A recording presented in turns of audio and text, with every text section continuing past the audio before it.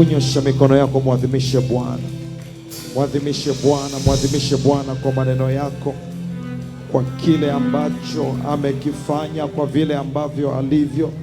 Muadhimishe Bwana kwa maneno yako. Nenda mbele za Bwana, muadhimishe Bwana. Rasho debayanda sitapayadaba arapokostapakama mashana. Baba, tunakuadhimisha. Baba, tunakuadhimisha. Asante kwa neema yako. Asante kwa kibali chako. Asante kwa nafasi. Asante kwa usiku wa kipekee. Asante kwa yale ambayo unayafanya. Asante Bwana, kwa sababu jina lako linakwenda kutukuzwa. Mungu, makofi haya ni kwa ajili ya sifa zako. Sifa hizi Bwana ni kwa ajili yako. Tunakutukuza kwa ajili ya kile ambacho unakifanya hata sasa. Pokea sifa. Mpe Bwana makofi ya utukufu kila mmoja.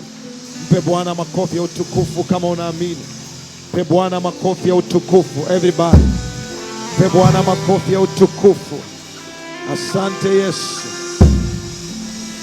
Asante Yesu. Asante Bwana Yesu. Baba, tunakushukuru tena. Asante kwa nafasi ya kukusifu.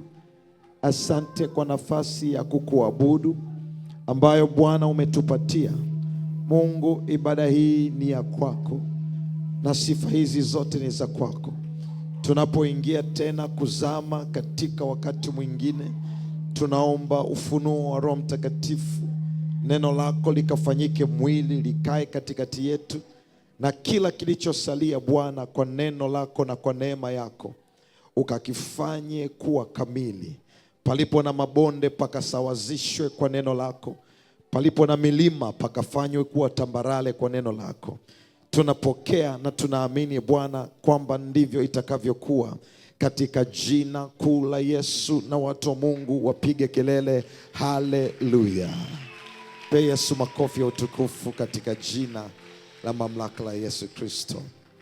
Mungu akubariki. Hongera sana na kwa kuwa usiku wa leo. Tumshangilie Yesu kwa ajili ya ndugu zetu Essence of Worship. Amen and amen.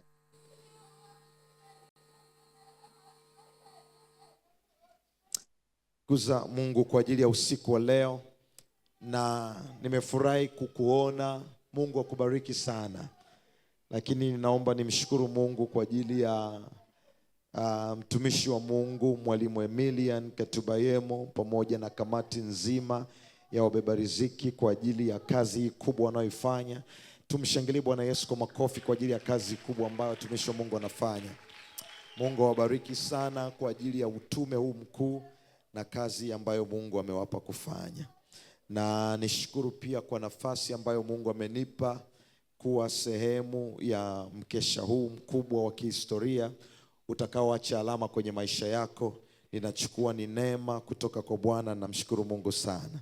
Lakini niseme tu juu ya kidogo juu ya mtumishi wa Mungu, ya kwamba Mungu amewapa mtu bora sana. Mungu amewapa mtu wa thamani sana sana. Nitegemea mngepiga makofi mazuri kwa ajili ya Bwana Yesu. Nasema tena, Mungu amewapa mtu bora sana na Mungu amewapa mtu wa thamani sana.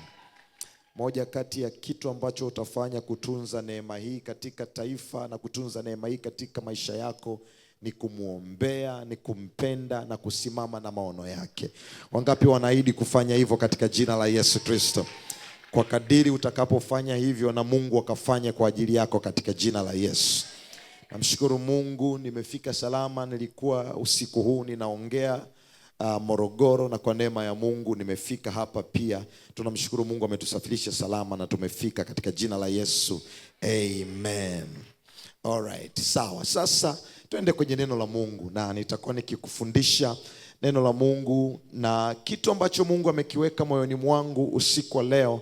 Ninatamani niongee juu ya hii theme ambayo Mungu ametupa kutembea nayo kama huduma juu ya mwaka 2026, ya kwamba Mungu amesema kutakuwa ama kuna sauti ya mvua tele. Ninatamani niongee juu ya hichi kitu na nitakuwa nikikufundisha kwenye kichwa kinachosema namna ya kuifanya sauti iwe mvua halisi.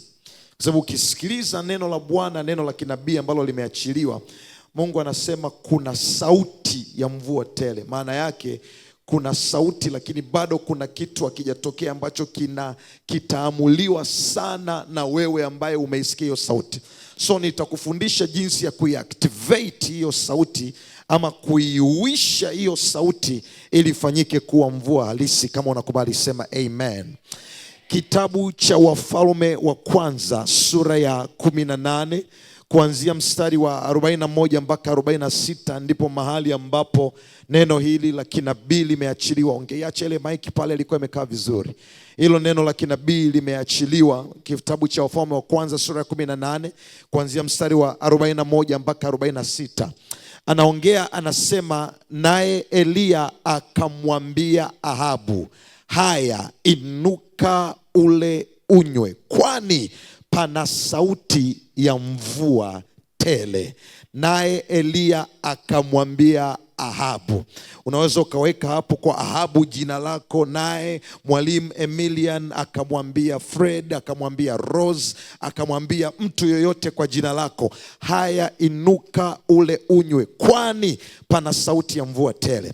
Basi Ahabu akainuka ili ale na anywe. Naye Eliya akapanda juu mpaka kilele cha Karmeli, akasujudu kifudifudi, akainama uso mpaka magotini. Akamwambia mtumishi wake, kwea sasa utazame upande wa bahari.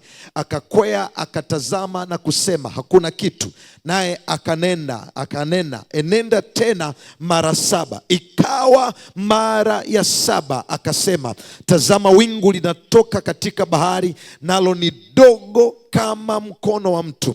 Akanena akasema, enenda ukamwambia Ahabu, tandika ushuke, mvua isikuzuie. Ikawa muda si muda, mbingu zikawa nyeusi kwa mawingu na upepo, ikanyesha mvua nyingi. Ahabu akapanda garini akaenda zake Yezreel.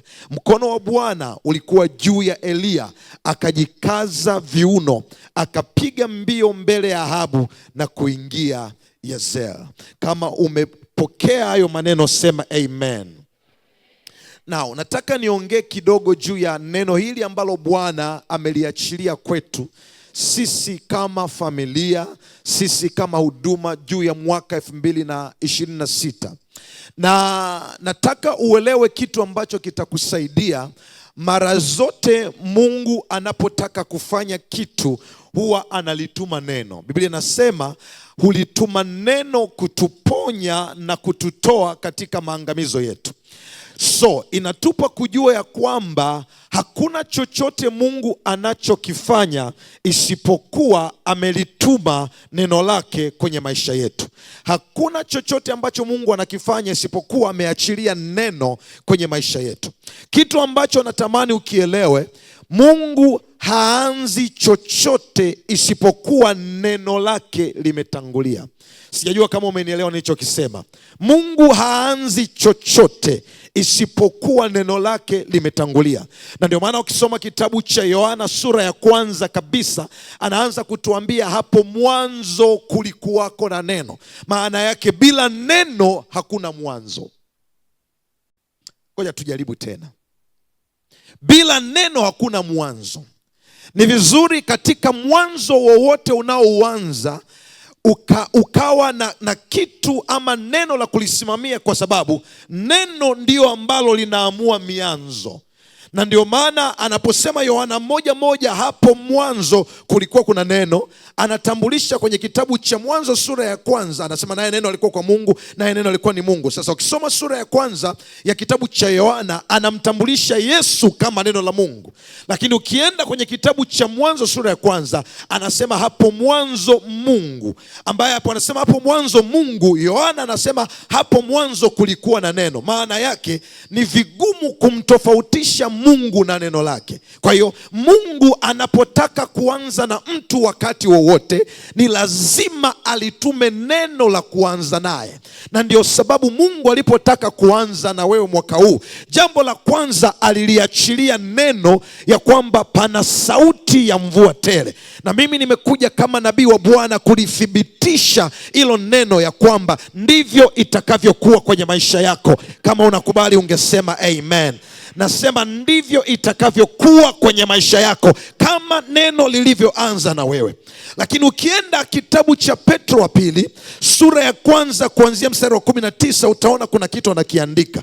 Petro wa pili sura ya kwanza kuanzia ule mstari wa 19 anasema, nasi tunalo lile neno la unabii lililo imara zaidi, ambalo mkiliangalia kama taa ing'aayo mahali penye giza, mwafanya vema mpaka kutakapopambazuka na nyota ya asubuhi kuzuka mioyoni mwenu. Anasema mkijua neno hili, mstari wa 20, kwamba mkijua neno hili kwanza, ya kwamba hakuna unabii katika maandiko upatao kutafsiriwa kama apendavyo mtu fulani tu. Maana manabii hawakuletwa popote kwa mapenzi ya mwanadamu, bali walinena yaliyotoka kwa Mungu wakiongozwa na Roho Mtakatifu. Maana yake Mungu anapoliachilia neno, lile neno si kwamba mtumishi amelisema kwa sababu amependa kusema, lakini ni kinywa cha Mungu kupitia Roho Mtakatifu kimesema na yule mtu wa Mungu. Na lile neno linapokuja kwenye maisha yako, ili lifanye kazi, ni lazima uliangalie lile neno litimie. So tunapoongea kwa habari ya matamko ya kinabii, tunapoongea kwa habari ya maneno ya kinabii kwenye maisha yetu, natamani uelewe hayo ni maneno yanayoenda mbali zaidi ya maneno tu ya kawaida. Ni maneno yanayofanyika kuwa njia ya mtu kutembea, ni maneno yanayofanyika kuwa taa ya mtu kuitazama, ni maneno yanayofanyika kuwa kitu cha mtu kukishikilia mpaka mchana utakapokamilika. Anaposema nasi tuna lile neno la unabii lililo imara, mkiliangalia kama taa ing'aayo gizani, maana yake andiko hili linatuonyesha ya kwamba kuna nyakati zitakuja giza litakuwepo. Sijajua kama naruhusiwa nishuke chini niongee na watu vizuri. Najua ni saa za usiku. Amen. Sasa mimi ukitaka nikuhubirie vizuri, nikikwambia amen unaniambia amen. Na nikikuangalia hata kama unielewi unatikisa tu kichwa unasema ndio, powerful. Sahihi. Sio kama unanielewa. Ukiona nimekuangalia unafanya sema mtumishi, ni sahihi, ndivyo ilivyo. Na kuahidi ukisema hivyo nitahubiri na mbingu itashuka hapa. Lakini ukiniangalia ukiwa serious sana, nashindwa kuelewa umenikubali umenikataa. Nani ananielewa seme amen. Sasa twende na utabarikiwa. Utabarikiwa. Nisikilize tu. So anaposema mkiliangalia lile neno mwafanya vyema kama taa ing'aayo gizani, maana yake anatuonyesha kumbe neno la kinabii huwa linatutangulia mbele. Na Mungu kwa nini analituma neno la kinabii kwenye maisha yetu? Kwa sababu anajua kuna nyakati ambazo zitafika tutakuwa ni kama hatuoni ni nini kinaendelea. Kwa hiyo kitu pekee ambacho kitakaa kama kitu cha kukishika na kukiangalia ni lile neno ambalo Bwana alilisema. Na ndio maana nasema mkiliangalia mwafanya vyema, kwa sababu linakuwa kama taa ing'aayo gizani. Kwa hiyo inawezekana kabisa wakati neno limeachiliwa kwenye maisha yako, hali isifananie na neno linavyosema. Na mimi sijali hali yako inasemaje, lakini Mungu anasema analiangalia neno lake ili apate kulitimiza. Haangalii hali yako ili apate kutimiza neno lake, ila anaangalia neno lake ili apate kulitimiza. Kwa hiyo haijalishi hali yako inasema kitu gani, lakini neno la Bwana linachosema lina uwezo wa kwenda na kupigana na hali na kupingana na hali na kutoa kile kitu ambacho neno limesema, ili Mungu asiwe muongo. Na kama hili neno ni neno la Mungu, natakiwa uelewe kitu cha ajabu sana. Yaani Mungu akishasema kitu, hata kama hakipo, inabidi kiumbwe kwa dharura ili Mungu abaki na sifa ya kuwa Mungu mkweli. Kwa hiyo Mungu akisema unatakiwa upokee uponyaji, hata kama dawa yako haijawahi kugundulika, hata kama huo ugonjwa ndio umeanza siku hiyo, lazima kuna kitu kifanyike katika ulimwengu wa roho, ama biologically, ama spiritually, ama physically, kije kifanyike ili kimfanye Mungu asiwe muongo. Na ndio maana ukisoma maandiko utaona kuna kitu cha ajabu kinatokea wakati kuna miujiza ya aina mbalimbali inarekodiwa kwenye Biblia, lakini utakuja kugundua ukiifuatilia kwa makini, utakuja kugundua ni Mungu alikuwa anajaribu kudhibitisha yeye ana nguvu kiasi gani. Mfano wanafundisha nasema muujiza wa Musa kugawanya bahari na kutembea kwenye nchi kavu, huo ni muujiza ambao tunaona Mungu anamtumia wana wa Israeli. Wanaenda mahali, wanakutana na bahari, alafu Mungu anatumia mikono ya Musa, anaigawanya bahari, alafu watu wanapita kwenye nchi kavu. Kwa hiyo muujiza huu tunauitaje? Huu ni aina ya muujiza ambao Mungu anatenda muujiza kuielekea kanuni. Alright, tujaribu tena. Mungu anatenda aina ya muujiza ambao Mungu anatenda kuielekea kanuni. Kanuni ipi? Kanuni ya kwamba vitu vyote lazima vipite kwenye nchi kavu. Kwa hiyo Mungu kweli amefanya muujiza, lakini muujiza ambao umeielekea kanuni. Lakini Yesu anapokuja, anafanya miujiza ambayo iko nje ya kanuni. Na ndio maana wakati watu wanataka kuzama kwenye maji, yeye anakuja, hapasui bahari ili atembee kwenye nchi kavu, lakini anatembea juu ya hayo maji. Anatembea juu ya hayo maji yanayotaka kuwazamisha watu. Anachojaribu kuonyesha ni kwa sababu mimi si Mungu muongo. Nilisema njoo, na nilipomwambia Petro njoo, nilijua ninamuita aje akiwa yuko kwenye maji. Sasa ili neno langu liwe kweli, anatakiwa asitembee kwenye nchi kavu, atembee juu ya hayo maji, ili maji na Petro na watu waliomzunguka Petro wajue ya kwamba mimi ni Mungu mkweli na ninaweza nikalitimiza neno langu. Ninaweza nikalitimiza neno langu katika jina la Yesu. So Mungu anaposema pana sauti ya mvua tele, haijalishi hiyo mvua, hiyo neno limekuja wakati wa msimu wa mvua ama nje ya msimu wa mvua, anayeitengeneza mvua ndiye aliyesema, na ndivyo itakavyokuwa kwako. So ukirudi sasa kwenye haya maandiko ambayo tumeyasoma, utakuja kugundua ni mahali ambapo Elia anafika kwenye ile ukirudi mistari ya juu, anaenda pamoja na manabii wa bahari, wanafanya mambo yote walioyafanya kwa ajili ya kila mtu kuthibitisha nani ni Mungu wa kweli, nani si Mungu wa kweli. Na tunajua kilichotokea, sitakuwa na muda kueleza sana. Biblia inaongea jinsi ambavyo Elia alifanya, na Elia akawaua manabii wote waliokuwa wanakataa ya kwamba hakuna Mungu. Tunakubaliana mpaka hapo? Na Biblia inasema kabla ya hapo, kumbuka Elia tayari alikuwa ameshatangaza kuifunga mvua, na sio kuifunga mvua kwa neno la Mungu, lakini kuifunga mvua kwa neno lake. Maana yake kumbe kwenye dunia hii kuna watu wanaishi kwa niaba ya Mungu. Twende taratibu. Aliyetangaza kufunga mvua sio Mungu. Aliyetangaza kufunga mvua ni mtumishi wa Mungu anaitwa Elia. Na ndio maana anamwambia Ahabu, anamwambia hakutakuwa na mvua wala hakutakuwa na mmande, thank you, isipokuwa kwa neno langu, sio kwa neno la Mungu. Kwa sababu gani? Imefika mahali anajua ni nini mapenzi ya Mungu kwa wakati.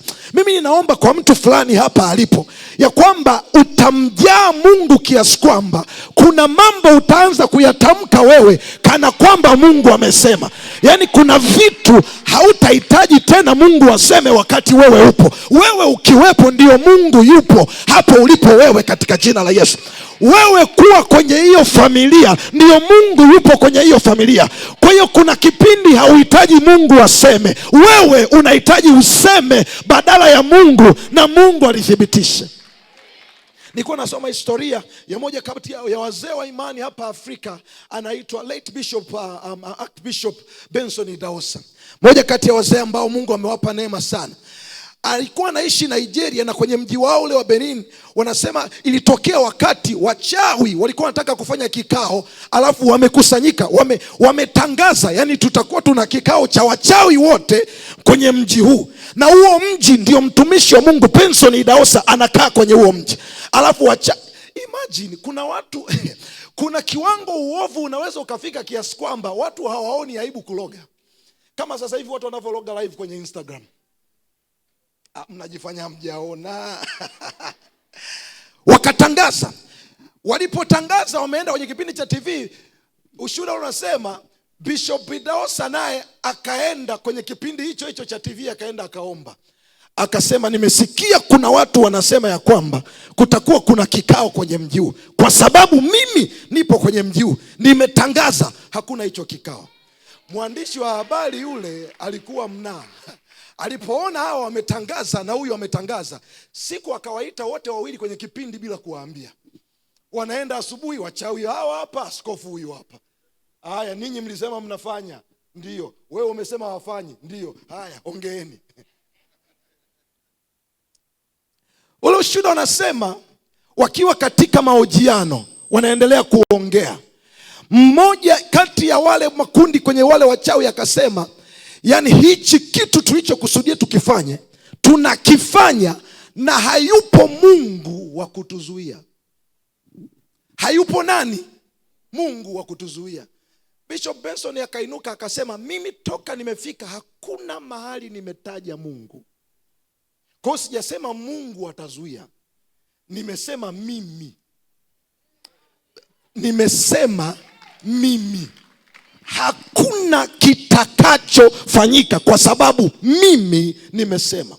Kwa watu wengine hicho ni kiburi, lakini kwa watu wa ufunuo hiyo ni namna ambayo mtu amefika anamjua Mungu kiasi kwamba maneno ya Mungu yamekaa ndani yake, yameathiri maisha yake, yameathiri usemi wake, yameathiri njia zake, kiasi kwamba kila anachokisema ndivyo kinavyokuwa. Na guess what? Hicho ndicho kinachokwenda kutokea kwako katika jina la Yesu.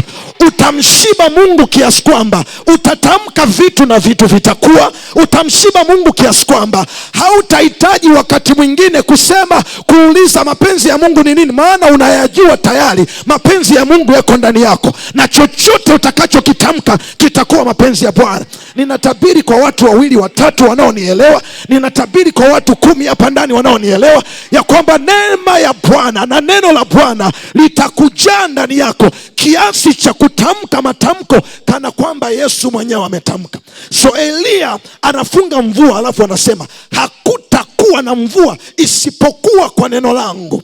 Hakutakuwa na mvua isipokuwa kwa neno langu. So inachotufundisha, kumbe kwenye vinywa hivi tunaweza tukafunga na tunaweza tukafungua. Hebu nyosha mikono, sema katika jina la Yesu. Sema katika jina la Yesu, ninafunga kila pando ambalo sio la Baba kwenye maisha yangu. Piga kelele kwa jina la Yesu. Kwa jina la Yesu ninafungua kila chema kinachotakiwa kuja kwenye maisha yangu. Na kwa sababu adui anajua nguvu hiyo ya kinywa, na ndio maana huwa anasema kuna nyakati hata shetani akitupitisha kwenye mambo magumu, lengo lake sio kwamba anajua atashinda kwenye mambo magumu. Lengo la adui huwa ni kushinda kwenye usemi wetu. Huwa nawaambia watu kilichomuua Stefano sio mawe yaliyopigwa, ni maneno aliyosema, kwa sababu Stefano sio mtu wa kwanza kupigwa mawe. Matter of fact, Stefano anapigwa mawe sura ya 7, lakini Paulo alipigwa mawe mengi zaidi sura ya 14. Tujaribu tena. Ni hivi, Stefano ukisoma Biblia anafanya aliyofanya, alafu binasema walipochukua wakaanza tu kumtupia mawe, akatamka mwenyewe akasema, Baba usiwahesabie dhambi hii, mikononi mwako ninaiweka roho yangu. Na alipoiweka roho, mwenye roho akafanyaje? Akachukua. Kwa hiyo kilichomuua si mawe, kilichomuua ni usemi. Ukienda Matendo ya Mitume sura ya 14, Biblia inaongelea kwa habari ya Paulo. Biblia inasema wakampiga Paulo mpaka walipodhania ya kuwa amekufa. Maana yake nani alipigwa mawe mengi? Lakini Biblia inasema walipodhania kuwa amekufa, akainuka kesho yake, akatokea akaenda mji mwingine. So kilichomuinua nini? Siku walikuwa wakipiga mawe, Paulo hasemi kukabidhi, hasemi chochote, anaugulia tu ndani, wanapiga, maana yake anasema mimi bado nina kazi ya kufanya. Na kwa sababu bado alikuwa na kazi ya kufanya, akainuka akaenda. Sio wingi wa majaribu utakao kuangamiza, sio uchungu wa mawe utakao kuangamiza, sio chochote adui anachokifanya kitakacho kuangamiza, ila usemi wako ndio unaweza kukuangamiza. Na leo nakwambia katika jina la Yesu, kila ambacho ulikisema kinachoangamiza maisha yako, tunakifuta kwa jina la Yesu. Nasema tunakifuta kwa jina la Yesu. Nasema tunakifuta kwa jina la Yesu. So Paulo hakufa, mawe ni mengi lakini hakufa. Ila kuna siku tu amekaa akawa amechoka, akasema vita nimevipiga vizuri, imani nimeilinda bila mawe. Alikuwa tu amekaa sebleni, akasema kwa kweli mimi naona kama vita nimepiga vizuri, imani nimeilinda, na mwendo alivyosema, na mwendo nimeumaliza. Wakapiga hodi hawa hapa, wakaja wakamchukua wakaenda naye. So Shetani anachokifanya mara nyingi kwenye maisha yetu, anataka tuseme, lakini mwaka huu hatusemi anachotaka tuseme. Ninasema mwaka huu hatutasema anachotaka tuseme, tutasema kile Mungu anachotaka tuseme katika jina la Yesu Kristo. Na tutasemaje? Tutasema pana sauti ya mvua tele. Na haijalishi tunaona mawingu au hatuoni, haijalishi tunaona ni msimu wa mvua. Yani kusema kwetu sisi sio kwa misimu, sisi ndio msimu wenyewe. Nani ananielewa? Angesema haleluya. Sisi hatupandi kwa sababu mvua imenyesha, ila sisi tunapanda kwa sababu sisi ndio hiyo mvua yenyewe. Mahali popote tunapopanda, vyote vitajiunganisha kwa sababu ya kile ambacho tumekifanya. Hicho ndicho kitakuwa fungu lako mwaka huu katika jina la Yesu. Nasema hicho ndicho kitakuwa fungu lako mwaka huu katika jina la Yesu Kristo. Sasa najaribu kuonyesha tu jinsi maneno ya kinabii yalivyo na nguvu. Ndio maana Mungu mwenyewe anasema aliye mnyonge aseme nina nguvu. Yaani mimi nataka kuponya, ila sema. Mimi nataka kuponya napenda, ila siwezi nikaingilia uhuru wako. Wewe ni kiumbe mtawala, sema kwanza. Na ndio maana hata Yesu alikuwa akitaka kumponya mtu, anakuambia, anamkuta kipofu, anamwambia unataka nikufanyie nini? Alikuwa anatafuta nini? Usemi.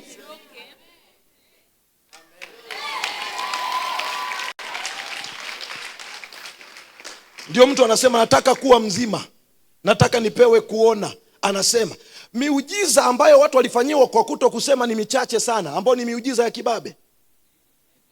Kama Petro ambavyo alimponya yule kiwete aliyekuwa amekaa pale mlangoni anaomba sadaka. Alimnyanyua kwa sababu aliona wanagawana sadaka. Okay, hiyo tutaongea siku nyingine. Anaona okay. Sisi tunaingia hekaruni. Mtu kabla ya kufika hekaruni anapitia mlangoni. Kwa hiyo kama alikuja na 10, anagawa 5, anaingia hekaruni na 5. Petro akaona mchezo hatuwezi kuendelea. Ndio maana hatununui vyombo. Akamkuta, akamwambia tukaangalie macho sisi. Tukazie macho. Yaani ule muujiza ukoo wa hiari, tukazie macho. Ambaye kaza akajua anataka hela, akasema si fedha hatuna, dhahabu hatuna, lakini tulicho nacho tunakupa. Kwa jina la Yesu inuka uende. Akaona hainuki. Biblia inasema akamshika mikono, akamuinua, na mara vifundo vya miguu yake vikafunguka, akatembea. Kwa hiyo sio kila muujiza. Kuna mengine utawainua watu wainuke, watembee kwa mikono yao, kwa miguu yao mwenyewe katika jina la mamlaka la Yesu. Kwa hiyo ni ya kibabe, lakini ya kanuni lazima useme. Nani ananielewa? Aseme haleluya. Nani ananielewa? Aseme haleluya. Nani ananielewa? Aseme haleluya. Yesu kabla ya kufufuka, kabla ya kufa, alijua nikifa sina nafasi ya kusema. Zile wiki za mwisho Yesu kabla ya kufa alikuwa anaongea sana habari ya kufufuka. Nenda kasome Biblia. Na ndio sababu hata siku Yesu alipofufuka, kwenye kikao cha baraza kule ndani, wale wazee walisemaje? Walisema tumuwai, yule bwana ni mjanja, alikuwa akisema. atafufuka. Wao wanadhani alikuwa anasema sema, kumbe alikuwa anaumba. Kwa sababu wanajua itafika kesho nitakufa, hizo siku 3 nitakuwa sina uwezo wa kusema. Sasa ninasema leo kuzitangulia hizo, kwa sababu hapo mwanzo Mungu aliziumba mbingu na nchi, nayo nchi ilikuwa ukiwa tena utupu, na giza lilikuwa limetanda juu ya uso wa maji. Alafu Roho Bwana akatulia juu ya uso wa maji. Alafu Mungu anaumba, giza linatokea. Mstari wa 3, Mungu akasema. Kwa hiyo tokea mwanzo Yesu anajua tunachokitaka tunasema. Aliposema mstari wa 4 anasema Mungu akaona. Kwa hiyo usiposema hauoni.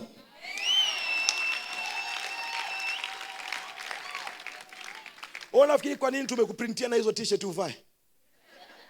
Tunakulazimisha kusema. Yaani ukiangalia unamtuma mtoto kanichukulie t-shirt yangu ya pana sauti ya mvua. Umeshasema.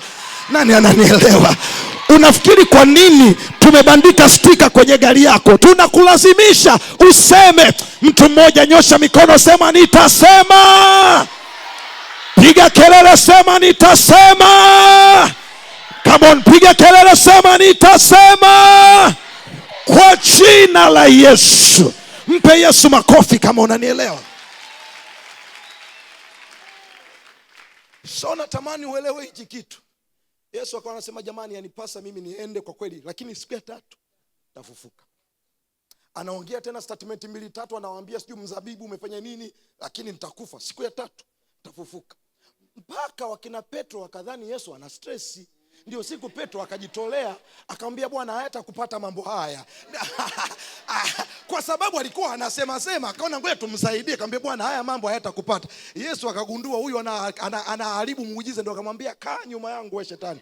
Wewe ni kikwazo kwangu, acha niseme. Sisemi hivi kwa sababu nina stress. Ninasema kwa sababu ninaumba. Ninasema kwa sababu ninaumba. Ninasema kwa sababu ninaumba. Mwaka huu utasema pana mvua tele, mpaka mvua yenyewe itokee kwa jina la Yesu. Mpaka mvua yenyewe itokee, utasema. Ukiona bado watu hawakuzongi, haujasema inavyotakiwa kusema, katika jina la Yesu sema tena. Ukisema tena unasema tena. Ukisema tena unasema tena. Ukisema tena unasema tena. Ukisema tena unasema tena. Wakisema umesema sana, unasema sana. Unasema sana tena, unasema sana tena, mpaka itakapotokea katika jina la Yesu. Anasema nasi kwa kuwa tunalo neno lile la kinabii lililo imara zaidi, mkiliangalia kama taa ing'aayo gizani, mwafanya vyema. Na sasa kwa nini kusema? Kusema ni dalili ya kuamini.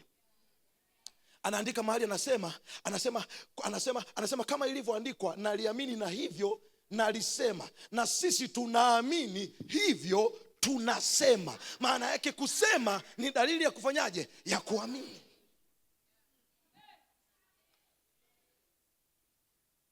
Kwa umegundua kazi ya kwanza ya kinywa na kazi ya kwanza ya maneno haikuwa kwa ajili ya mawasiliano, wala haikuwa kwa ajili ya kula. Kinywa kazi yake ya kwanza kwenye Biblia inaonekana sio kwa ajili ya kuwasiliana, ni kwa ajili ya kuumba. Mawasiliano yalikuja baadaye, baada ya uumbaji. Maana kitu cha kwanza Mungu alichosema, alisema iwe nuru na nuru ikawa. Hakusema njoo nilete, no. Alisema iwe nuru na nuru ikawa. Kwa nini alisema? Kwa sababu Yohana anatuonyesha, anasema yeye ni nuru, anang'aa gizani. Maana yake Mungu alichokifanya, aliitoa nuru ndani yake, akaisema nje. Sasa mtego wa kusema uko hapa. Mara nyingi unakisema kilichoujaza moyo wako. Kwa hiyo kuna watu wanasema nitasema, lakini ngoja nikwambie hapo unasema nitasema unashangilia, lakini kilichokujaa ndio utakachosema. Yaani bila kujua utasema kwenye ndoto, utasema yani kokote, yani kilichoujaza. Na ndio maana usiku huu tumekupiga dozi ya kwanza. Wakati hujatulia vizuri tunakuchapa ya pili. Na usipotulia vizuri mwalimu atakuja tena kwenye Facebook atakuchapa ya 3, ili ifike mahali maneno yajae ndani yako kiasi kwamba kila unapojaribu kusema kilichojaa kina overflow, unajikuta umesema kile cha Mungu badala ya kusema kile cha adui. Yaani hiyo ndio sababu inawafanya watu kama wakina Elia wanasema hakutakuwa na mvua isipokuwa kwa neno langu. Yaani wewe unaona mbona huyu anajiamini nini? Hana neno jingine. Yaani hana kitu kingine cha kusema. Yaani anajaribu kuwa mnyonge, hawezi kuwa mnyonge. Yaani ndio alivyoumbwa, yuko wired namna hiyo. Yaani anajaribu kuwa kitu kingine, lakini anashindwa kuwa hicho kitu kingine. Kitu pekee anaweza kusema ni lile neno la Bwana. So ukirudi kwenye maandiko, twende taratibu, anatuonyesha ya kwamba anaifunga mvua, lakini utakuja kugundua alifunga mvua kwa kusema. Kitabu cha Wafalme wa kwanza kinatuonyesha kule Elia anapofunga mvua anasema, lakini kwenye Waebrania anakuja kutupa kodi kubwa zaidi ya kwamba kumbe kabla ya Elia kusema kuna kitu alikifanya kabla ya kusema. Anaandika, anasema Elia alikuwa mwanadamu kama sisi, akaomba mvua isinyeshe. Lakini kule kwenye Wafalme anatuonyesha alisema, pati ya kuomba hatuonyeshi. Tujaribu tena, niangalie kwenye Wafalme. Elia anatokea tu hivi pap, anasema hakutakuwa kuna mvua isipokuwa kwa neno langu. Kwa hiyo wale waliokaa pale wamesikia tu ametamka, na ni rais na madogo wengine waliokuwa wamekaa pale kwenda kufunga mvua kwenye vijiji vyao, kwa sababu wamesikia tu yule blaza alikuja akasema hakutakuwa na mvua, na ikunyesha ise, na wenyewe wanaenda kujaribu hakutakuwa na mvua. Kama wana wasikewa walipokuwa wanasikia kuna mwamba tu anapita anasema katika jina la Yesu toka, alafu ngoma inanyanyuka, na wenyewe kuna siku wakakutana naye wakasema ngoja na sisi tujaribu. Kumbe wachovu wamekutana na mapepo yenye hasira. Hii combination mbili utaielewa. Mapepo yamekuwa yanaonewa kila siku.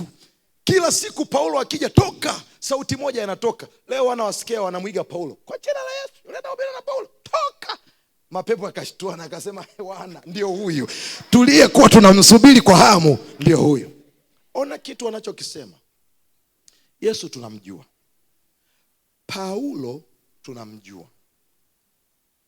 Samani, lakini blaza wewe ni nani? Umewahi kufika mahali mnakemea pepo alafu wewe ndio bingwa, alafu pepo katikati ya kulikemea na jasho zinakutoka kama zinavyonitoka mimi, linasema wewe ni nani? Umewahi kuona hiyo namna ambayo unaondoka nayo hapo na watu wote walikuwa na kuamini wewe kwamba yaliyoshindikana kwako wewe yanawezekana, alafu pepo limekwambia hivyo. Kuna kitu nataka nikufundisha. Pamoja na kusema, ni vizuri ujue unasema kutokea wapi, kwa sababu ulimwengu wa roho hauanzii nje. Ulimwengu wa roho unaanzia ndani, unakuja kuthibitishwa nje. Kwa hiyo kabla ya kusema ni lazima ujue unaanza kusema wapi, unayapatia maneno wapi, unakusanyia nguvu wapi, ni nini kinatokea wapi, na kinakuja kukuweka hadharani wapi. Ngoja niwaambie, ni watu wote wanaopiga magoti sirini wanasimama hadharani. Hauwezi ukafanya haya mambo mawili kwa wakati mmoja. Hauwezi ukapiga magoti sirini na ukaja kupiga magoti hadharani.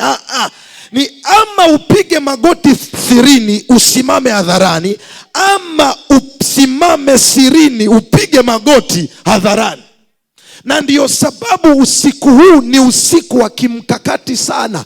Tukiwa tuna approach mwisho wa mwezi wa kwanza, kuna vitu tunavipakia kwenye moyo wako, ili unapoanza kusema uwe umetokea mahali pa kusemea katika jina la Yesu. Mambo hayatokei kwa sababu watu wamesema. Na ndio maana kuna tofauti kati ya kuongea na kutamka. Maongezi ni maoni, matamko ni amri. Ngoja niseme tena. Kuna tofauti kubwa sana kati ya kuongea na kutamka. Mtu anayeongea huwa anaongea chochote, ila mtu anayetamka anatamka with authority. Sasa kabla ya kusema, lazima uhakikishe una backup ya kimamlaka kwenye maisha yako. Yaani nyuma yako una nini kinachokuambia nikisema kinakuwa. Usisikie tu kuna mtu amesema, nilikuwa nasikia stories za wainjilisti zamani, anaenda mahali, anaenda kuhubiri mkutano, anasema hapa kama kuna wachawi kwenye mji huu, nipo, nijaribuni. Alafu kuna mwinjilisti junior amekaa pale, ana sauti tu ya kukemea mapepo, naye anasikia, naye anaenda kwenye kijiji kingine, anasema kama kuna wachawi kwenye mji huu, nijaribuni, nipo hapa. Wewe. Ndio mnamkuta mtu wa Mungu amelala kwenye mti, asubuhi ameamka kwenye mti, sauti imeisha. Kwa sababu gani? Alisema kwa mkumbo. Sasa mambo ya rohoni hatuyasemi kwa mkumbo. So kinachotuonyesha hapa, Biblia inapoongea kwenye Waebrania, Elia alikuwa ni mwanadamu kama sisi, akaomba. Maana yake kabla ya kusema, Elia alifika mahali, akapiga magoti, akaongea na Baba, wakakubaliana. Walivyokubaliana, Mungu akampa neno lake, akasema. Kwani wakati Mungu anamtambulisha Yesu alisemaje? Biblia inasema wakati Yohana mnambatiza Yesu anapotoka kwenye maji, Mungu anawaambia hivi watu, sasa huyu ni mwanangu mpendwa, ninayependezwa naye, msikilizeni yeye. Kwa hiyo ni mpaka Mungu atakapowaambia watu msikilizeni, ndio una uhakika wa kusema.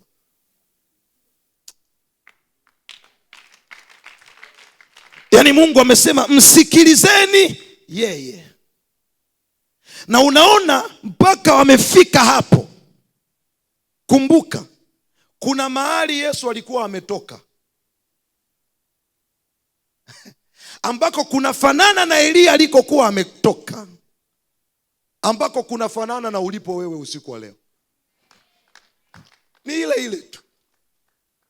Kuna mahali pasiri ndipo panapotengeneza matamko ya watu. Mahali pasiri ndipo panapotengeneza nguvu ya watu kusema na vitu vikawa. Mahali pasiri ndipo ambapo panawafanya watu wapokee kile ambacho wamekipokea na kukitamka, na ulimwengu wa roho ukatii kwenye matamko ya mambo waliyosema. Ninakuombea katika mwezi huu na katika mkesha huu, itakuwa ni mahali pako pasiri palipo kutengeneza, na chochote utakachokisema ndivyo kitakavyokuwa kwa jina la Yesu. Ninasema ninakuombea, na chochote utakachokisema ndivyo kitakavyokuwa kwa jina la Yesu. Kama unakubali sema amen. So inatuonyesha, nirudi pale, Elia amefunga. Alafu alipofunga hiyo mvua, kwa sababu ya mamlaka iliyoko ndani yake, Mungu anajua kuonyesha kwamba kulikuwa kuna backup ya kimungu. Amefunga mvua kwenye taifa ambalo na yeye anaishi ndani yake, bila kuwaza atakuwa wapi. Ataishi kwa sababu mvua inawaonyeshia wema na wabaya. Tujaribu tena. Mvua haiendi kwa walokole, inaenda kwa wema na wabaya. Na Mungu akuepushe katika jina la Yesu Kristo. Yaani ninasema ukiokoka hutakiwi kukaa kwenye kundi la kupokea. Yaani baraka pekee ulionayo ni ya mvua na jua, ambayo hiyo baraka ya mvua na jua wachawi wanayo na wewe unayo. Anasema anawaonyeshia mvua wema na wabaya. Mimi nishamwambia Baba, sitaki kukaa kwenye kundi la wema na wabaya. Mvua ya wema na wabaya nitapokea, lakini nataka kitu cha ziada ambacho kitanitambulisha mimi nje ya wema na wabaya, ambacho hicho kitu cha ziada ndio Mungu anakupa nguvu ya speech, nguvu ya usemi, nguvu ya maneno, nguvu ya matamko, nguvu ya kila unachokisema kuwa kwenye maisha yako. So Elia amefunga mvua, alafu wakati anaondoka kuonyesha kuna backup ya kimungu, anafunga mvua, Mungu anatengeneza backup ya kutunza maisha yake. Anamwambia nenda mahali fulani, utakutana na kijito, alafu hapo utalishwa. Wakati mvua kuna mahali ya inyeshi, Mungu alikuwa ameandaa kijito. Alafu kwenye kile kijito Mungu ameandaa mjumbe mtata, sema mjumbe mtata, kwa ajili ya kuja kumletea chakula. Mmoja kati ya kitu ambacho kinakuonyesha unatembea na utiisho wa kimungu kwenye maisha yako ni Mungu kukutumia wajumbe watata kuyahudumia maisha yako. naelezea mwalimu. Na hii kitu ndio itakutokea kwenye maisha yako katika jina la Yesu mwaka huu. Haujawahi kufika mahali kuna mtu anakuletea kitu mpaka unaogopa kukitumia, kwa sababu unashindwa kuelewa huyu ni kweli ameleta ama amenitegea. Ila kuna wakati Mungu hutumia wajumbe watata kwa ajili ya maisha yetu. Now, ngoja twende deep. Niangalie. Utanielewa. Sema mwalimu ataongea. Utanielewa. Nisikilize sasa. Mungu anataka kuthibitisha nguvu yake. Anampeleka Elia kwenye kijito ambacho kina maji. Mvua imekata lakini kuna mahali kuna maji. Mvua imekata lakini kuna mahali kuna maji. Mvua imekata lakini kuna mahali kuna maji. Usiseme hatuna hela, huna wewe. Okay, nimekukwasa. Usiseme tunapitia wakati mgumu. Tunaweza kuwa wote tuko kwenye nchi moja inayoitwa Misri, lakini kuna watu wana section inaitwa Gosheni. Ni watu wawili tofauti, usifananishe hali zao. Mvua imekata lakini kuna mahali kuna kijito. Hayo yatakuwa maisha yako kwa jina la Yesu Kristo. Tuachane na mvua na kijito. Anafika pale mahali, Biblia inasema Mungu akamtumia Elisha kunguru. Anakuja kunguru, anabeba nyama. Now, huyu kunguru nafikiri alikuwa ni kunguru wa kufuta kesi ya kunguru ya wakati wa Nuhu. Twende taratibu. Mungu anapotaka kuthibitisha nguvu, kumbuka wakati wa Nuhu safina imekwama mlimani. Mungu anatuma kunguru, nenda kaangalie huko nje kuna nini. Na kunguru anafika kule, unaelewa katika siku hizo zote hakukuta nyama, alikuta mifupa. Na kwa mifupa tu aliyoikuta kule, kunguru alishindwa kurudi kwenye safina kwa sababu ya kushughulikia mifupa. Ila Mungu kujionyesha ya kuwa mimi ndio nahusika kwenye hili, anamchukua kunguru ambaye alichukuliwa na mifupa. This time habebi mifupa, this time anabeba nyama. Na ile nyama anaipeleka kwa mtu, na yule mtu analishwa na kunguru every day. Yani we piga mahesabu, kunguru anatoka umbali aliyotoka, na akiwa ameshika nyama kwenye mdomo wake. Kunguru ashiki kwa makucha yake, anashika kwa mdomo. Maana yake Mungu amekata appetite ya kunguru kwa sababu ya kumshibisha Elia.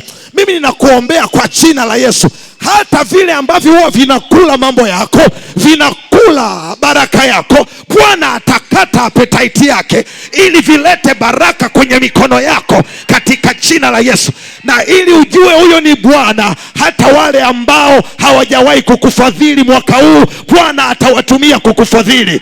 Hata wale ambao hawajawahi kuinuka na wewe Bwana huu mwaka huu, kwa kupenda ama kwa kutokupenda, Bwana atawatumia hao katika jina la Yesu. Hapo ndio unamuelewa Daudi anaposema waandaa meza mbele yangu machoni pa watesi wangu, na umenipaka mafuta kichwani pangu. Maana yake kumbe watesi wanaweza wakawepo, na wao ndio wakawa wanaosefu hiyo meza. Kunguru alikuwa ni kama mtesi kwenye nyama, hawezi akaipeleka, lakini kwa sababu Bwana ametaka, kunguru anafanyika kuwa shefu wa kupeleka nyama kwa Elia. Ninaona katika jina la Yesu, katika ulimwengu wa roho, Bwana akikutumia msaada kwa vitu usivyovitarajia kwenye mwaka huu. Ninasema hii mvua tele sio maji, hii mvua tele ni utele kwenye kila eneo la maisha yako ambalo Bwana anataka akufanyie. Ninatabiri kwa watu 3 hapa, ninatabiri kwa watu 4 hapa,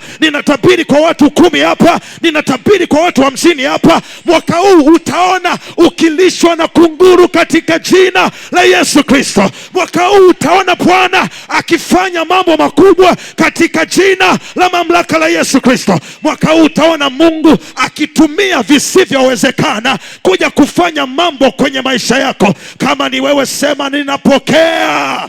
Nyosha mikono, sema Bwana Yesu.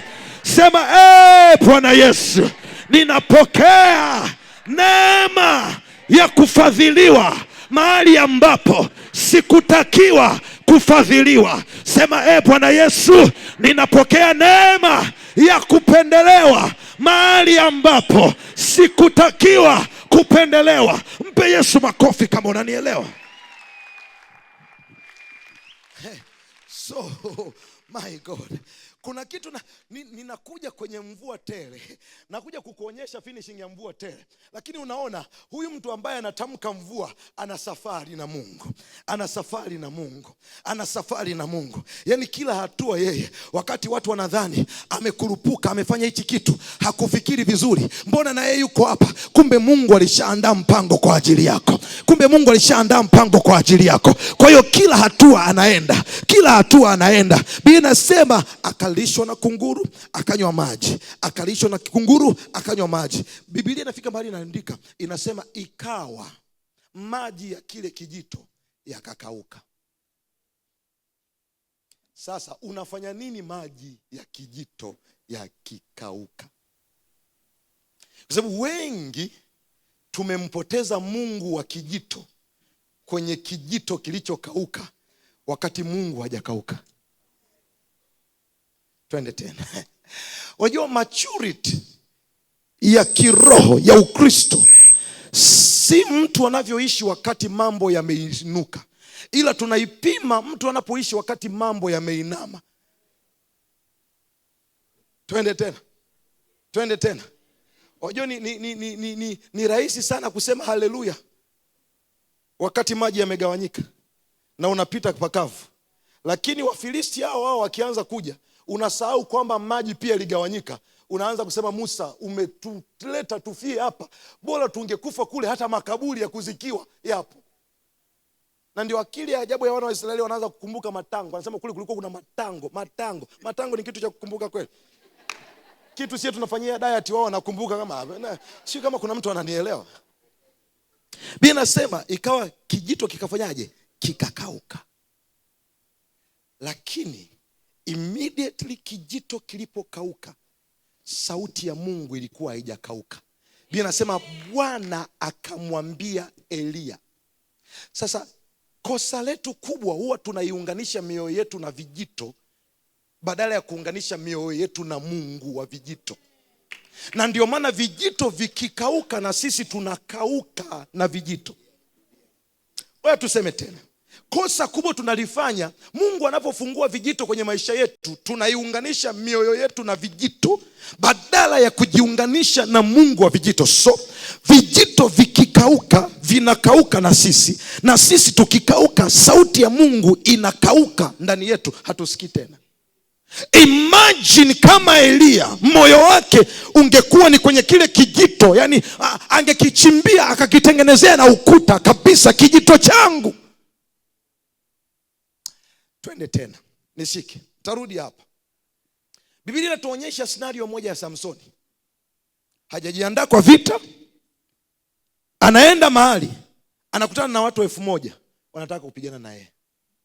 Watu wangapi? 1000 maadui wanataka kupigana na yeye. Alafu anafika hapo, watu 1000 wanataka kupigana na yeye. Biblia inasema akaangalia huku na huko, tazama akaona. So it has to tell you, anaposema tazama akaona, kile alichokiona hakikuwa part of the plan. Akaona mfupa wa taya la punda, akaokota mfupa wa taya la punda, alafu akaanza kupiga nao shio pale, akaua watu 1000 kwa mfupa wa taya la punda. Biblia inasema alipomaliza,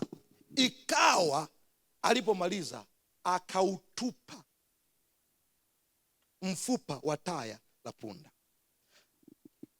Twende taratibu, tujaribu tena. Imagine wewe ndio Samsoni, umeua kwa mfupa wa taya la punda. Mimi nilitegemea ule mfupa uutengenezee makumbusho ya kwamba sasa huu ndio mfupa wa maajabu ulioua watu 1000 ndani ya siku moja. Maana yake ni nini ambacho nakwambia? Maana yake moyo wa Samsoni ungekuwa umeshikamana na mfupa, wakati kimsingi kilichoua sio mfupa.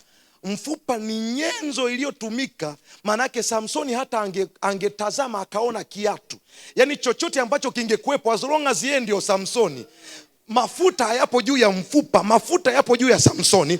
Kwa hiyo chochote Samsoni anachokishika kinafanyika kuwa mtumishi wa Mungu pamoja naye. tujaribu tena.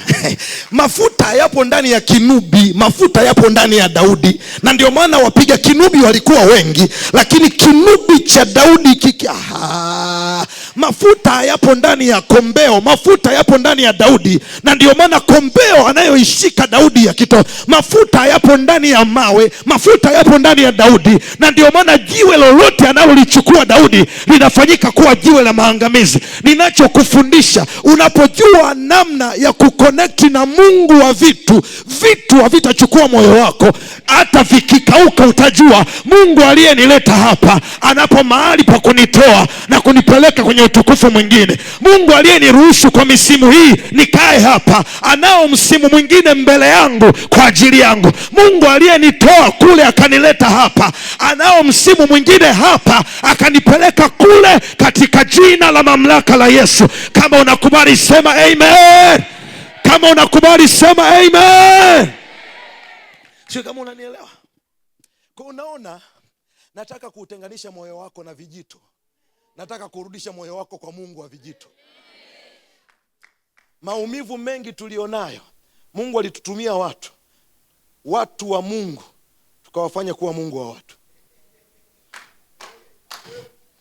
Mungu atuletea watu wa Mungu, tukawafanya kuwa miungu watu. Kwa mioyo yetu ikashikana. Ndio maana Mungu kuna wakati anawachomoa watu. It's either Mungu akiwachomoa watu ni mambo mawili. It's either wewe hujaelewa au wao hawajaelewa. Wao wamedhani wao ndio Jehova Nisi, au wewe umedhani wao ndio Jehova Shama. Hivi watu Mungu mnanielewa au mnanisikiliza? Wajua nimetoka mbali sana, nimetoka mbali usiku. Mmenielewa eh?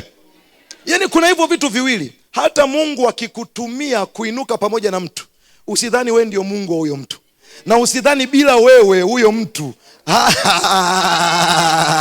Mungu akikutumia, hiyo tu ni neema amekupa. Lakini huyo mtu hawezi bila Mungu, lakini bila wewe anaweza sana. Wewe sio oxygen, wewe sio maji, wewe sio pumzi ya uhai, wewe sio Jehova Nisi, wewe sio Mikadesh, wewe sio Shama, wewe sio Rafael. Yaani wewe sio chochote, lakini unafanyika kuwa kitu ambacho Mungu anakitumia kwa ajili ya mtu mwingine. Nisaidie kumwangalia jirani yako, mwambie niangalie vizuri.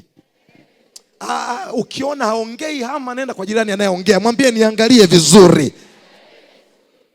Biblia inasema ikawa kile kijito kikafanyaje? Kikakauka.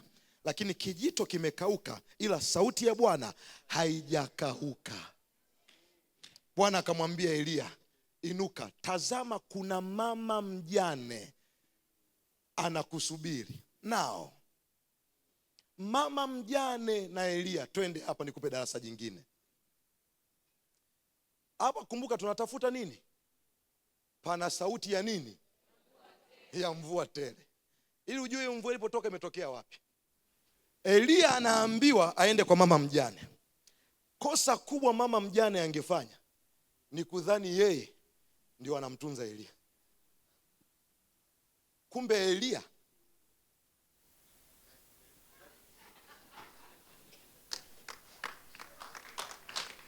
watu wachache wananielewa. Ukiona kuna upande naenda sana, ujue wanasema amen. Ukiona upande wenu sije, msemi amen. Sio kama kuna mtu ananielewa. Kosa kubwa ni la mjane kufikiri ya kwamba yeye ndio Jehova Nisi.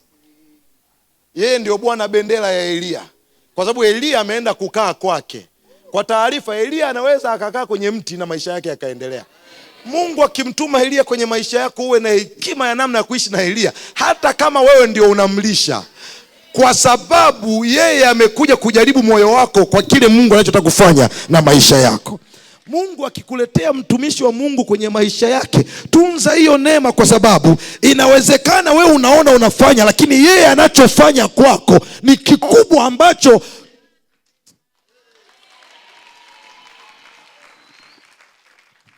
sio kama unanielewa. Biblia inasema nimemwandaa mama mjane, yeye atafanyaje? Atakulisha huko. Na Elia anafanyaje? Anaenda kwa mama mjane.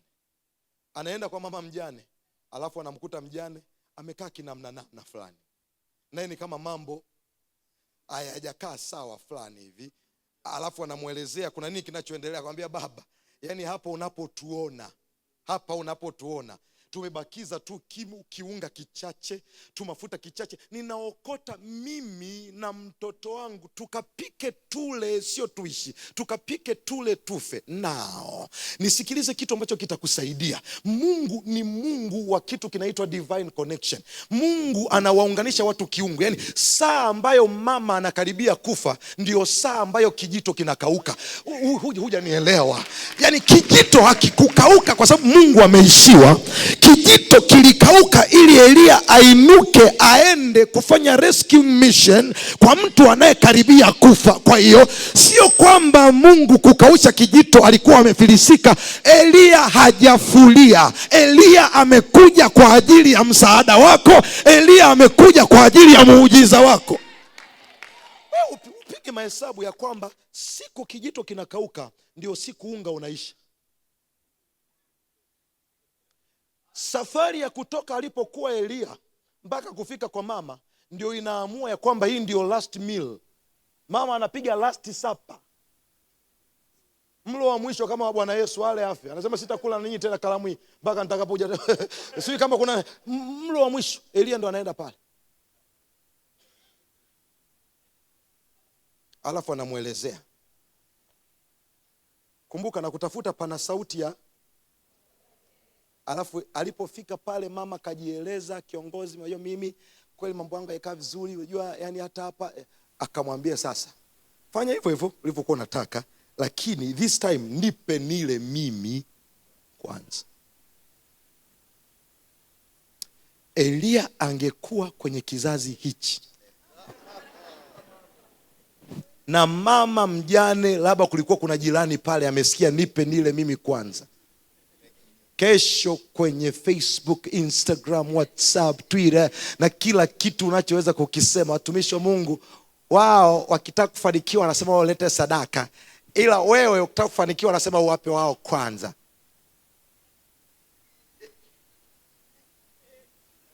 Si ndio mambo tunayoandikaga kule? Wangesema nabii achukua chakula cha mama mjane, alafu akishaweka neno mama mjane, wana harakati yao hapa kwamba haiwezekani, lazima ni haki za wajane, lazima atarudisha. Kumbe ni kanuni za kiroho. Watu wa Mungu nisikilizeni, niwaambieni, ninaendelea kumaliza na mhubiri mzuri anamaliza mara ngapi? Mara 3. Nimemaliza kwa mara ya kwanza, nazo 2. Sema amina hata kama hutaki.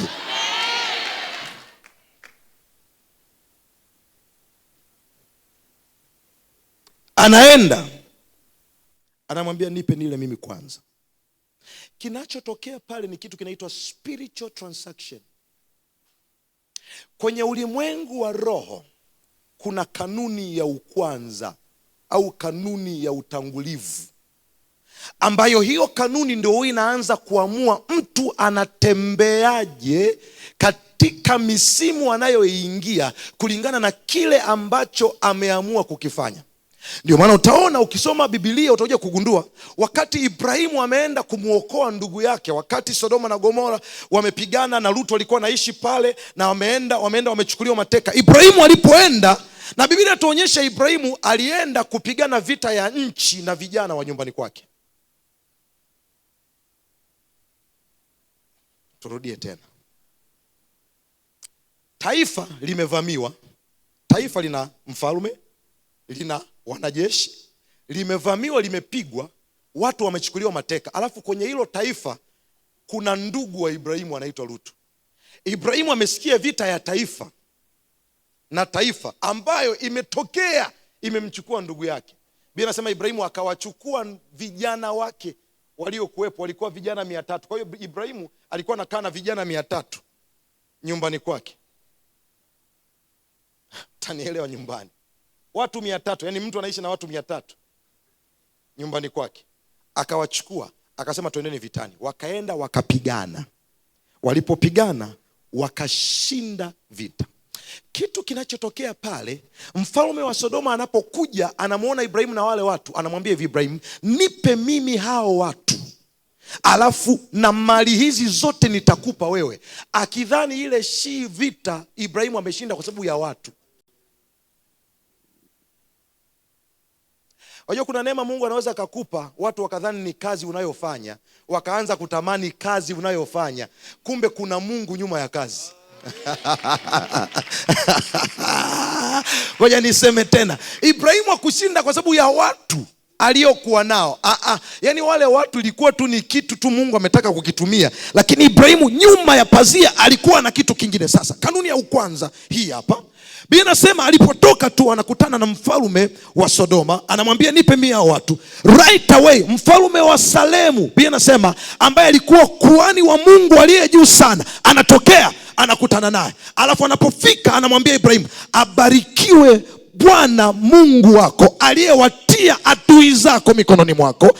Alafu anaposema vile, Biblia inasema Ibrahimu akampa fungu la 10 la vitu vyote, mara ya kwanza kuonyesha ya kwamba ninakubali, sijashinda kwa sababu ya watu, nimeshinda kwa sababu ya Mungu. Maana yake Elisha anapomwambia mama nipe mile mimi kwanza, anamwambia mtu hataishi kwa mkate tu, bali kwa kila neno. Anatangulia mbele. Yaani maana yake kitakacho kufanya uishi sio hicho unachoenda kupika. Kitakacho kufanya uishi ni neno nilokuja nalo mimi. It is not about food. Ni kwa sababu ya kile nilichokibeba mimi. Nisikilizeni, kitakacho kufanya uishi mwaka huu sio mshahara unapokea, ni hili neno, pana sauti ya mvua tele. Ni hili neno. Ninakutoa kuishi katika mshahara katika jina la mamlaka la Yesu Kristo. Sio kama unanielewa? Mshahara sio mbaya, lakini mshahara ni sehemu ya baraka ambayo haimfungi Mungu kufungua baraka nyingine. Usitetemeke kwa sababu ya mshahara. Tetemeka kwa sababu ya Mungu ambaye anaweza akafungua milango mingine kinyume na hicho unachokitegemea. Sio kama unanielewa? So anamwambia nipe nile mimi kwanza. Na yule mama anafanya kama nabii alivyosema. Kumbe kwa kufanya vile ndio ameingia kwenye uchumi na ugavi wa kimungu, just kwa kusubscribe kumpa Mungu kwanza. Unajua kwa nini mmeomba haya maombi yote? Katika hii miezi yote 11 iliyobaki, huu mwezi wa kwanza wote mmempa Mungu kwanza. Alafu oneni kitakachotokea mwezi wa pili, oneni kitakachotokea mwezi wa 3, oneni kitakachotokea mwezi wa 4, oneni kitakachotokea mwezi wa 5, oneni kitakachotokea mwezi wa 6, oneni kile ambacho Bwana atafanya katika jina la Yesu, bila kujali nini kitatokea. Na ndio maana watu wenye neema ya kujua Mungu anavyofanya kazi, watu wenye neema kujua Mungu anavyofanya kazi, hawatishiwi na majaribu. Huyo anayeongea na wewe hapa, last 2 weeks, hivi ni mwezi umepita au ni wiki 3 zilizopita, kanisa la watu 1000 lilidondoka kanisani kwangu. Jengo la watu 1000 lilidondoka. Huyo anayeongea na wewe hapa. Zile mvua zilizopiga Dodoma zilizua ikaangusha jengo. Lakini guess what? Toka lile jengo limeanguka, maisha yetu yamekuwa yana nuru na furaha kuliko wakati mwingine wote, kwa sababu hatulikuwa hatujashikamana kwenye jengo. Na nafikiri mhubiri wa mwisho kuhubiri pale ni Mwalimu Emilian. Anaweza kuelezea jengo lilivyokuwa zuri. Very beautiful. Lakini kijito kilipokauka, kwa sababu mioyo yetu haikufungamanishwa na kijito, ndani ya wiki 2 Mungu alitupa hela za kujenga jengo mara 2 ya lile lililokuwepo pale. Mara 2 ya bei ya jengo tulilolijenga pale within 2 weeks. Lakini ni nini kilicho provoke? Moyo haukufungamanishwa na kijito. Moyo ulifungamanishwa na Mungu wa kijito. Kwa hiyo tulipofurahi hata katika kile, Mungu akafanya kitu kingine. So huyu mama anatoa chakula, anapokea ugavi na provision ya kimungu. Kumbe Mungu alikuwa amempeleka Elia kwa sababu ya hiyo shughuli. Sasa kwa sababu huyu mama tayari ana uhakika wa chakula, ana uhakika wa unga, na ana uhakika wa maisha yake yeye na mtoto wake. Sasa hatutaishi tena kwa miujiza. Sasa hivi inatakiwa watu waanze kulima, twende tukafungue mvua. Ndio hapo sasa niliposoma. Now Saa ya kufungua mvua ni hichi kitu ambacho natamani ukione hapa. Sijajua kama maandiko yanaweza ka display. Niwekee maandiko niliyosoma kitabu cha Wafalme wa kwanza mstari sura ya ngapi? 18 na mstari wa ngapi? Kuanzia mstari wa 41. Twende nisomee hapo. Unaona? Naye Elia akamwambia Ahabu, haya. Neno la kulishika hapo ni nini? Ni haya.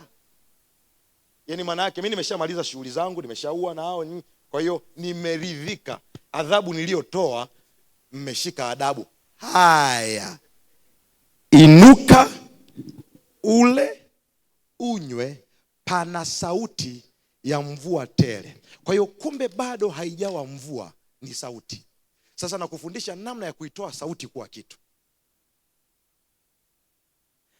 Kitu cha kwanza, nirudishe tu kwenye ile andiko ambacho kina activate hichi kitu kutokea. Maelekezo ya kwanza ni kwamba inuka ule unywe, kwa sababu pana sauti ya mvua. Kwa hiyo maana yake bila Ahabu kuinuka, maana yake hajaamini ya kwamba kuna kitu kinakuja.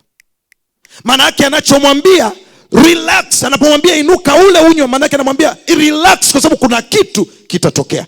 Ona mstari unaofuata. Biblia inasema, mstari unaofuata anasema kitu gani? Anasema mstari wa 42, nipeleke haraka. Anasema basi Ahabu akainuka ili ale na kunywa, naye Elia akapanda mpaka juu kilele cha Karmeli. Kwa hiyo unaona kuna watengeneza mvua na wapokea mvua, na matendo yao ni mawili tofauti. Wakati ametangaza mvua, anayeitengeneza anaenda mlimani, anayepokea anaenda kula. Waheshimuni watumishi wa Mungu, nawaambia. Mwalimu, wananielewa? Okay. Sio kama mnanielewa. Kwa unaona, tunapotamka pana sauti ya mvua tele, I am glad hili neno siku ya kwanza linatoka, hamkwenda kula, mlikuja kuitengeneza mlimani. Na ndio unachokifanya leo, kwa sababu mvua ya sauti ili itoke kuwa sauti iwe kitu, haitengenezwi kwa chakula, inatengenezwa mlimani. Sauti ni wazo la Mungu, ambalo hili wazo Mungu anapoliachilia kwenye maisha ya mtu, kinachoamua wazo kutokea ni namna alivyo respond kwenye lile wazo. Sasa Mungu anaposema pana sauti ya mvua tele, unafanyaje ili kuactivate? Unapanda mlimani. Eneo la kwanza la muhimu sana, namna ya kuitoa sauti ili kuileta iwe mvua, lazima tukutane mlimani. Na ndio sababu wakati wengine wamelala, wewe umekaa hapa unajilazimisha kunisikiliza, kwa sababu unatengeneza mvua. Lakini wapokea mvua wamelala, wapokea mvua wamelala, wanasubiri itakuja tu, lakini watengeneza mvua wamekaa hapa. Hebu jipongeze, kwa sababu wewe haupo kwenye kundi la wapokea mvua. Wewe unaitengeneza mvua katika jina la Yesu. Hebu sema kwa jina la Yesu. Sema kwa jina la Yesu. Na kwa neno la Bwana, mvua hii lazima itanyesha. Twende nipendeweke maandiko sura mstari wa 42. Anasema akapanda kilele cha Karmeli, akasujudu kifurifuri, akainama mpaka magotini. Ukisoma tafsiri ya asili ya hili neno, anaposema akainama mpaka magotini, wanasema ni posture ya mwanamke mwenye uchungu, mwenye utungu wa kutaka kuzaa. Maana yake, watu wa Mungu, mvua zinatengenezwa. Nakumbuka ametangaza mvua msimu usio wa mvua.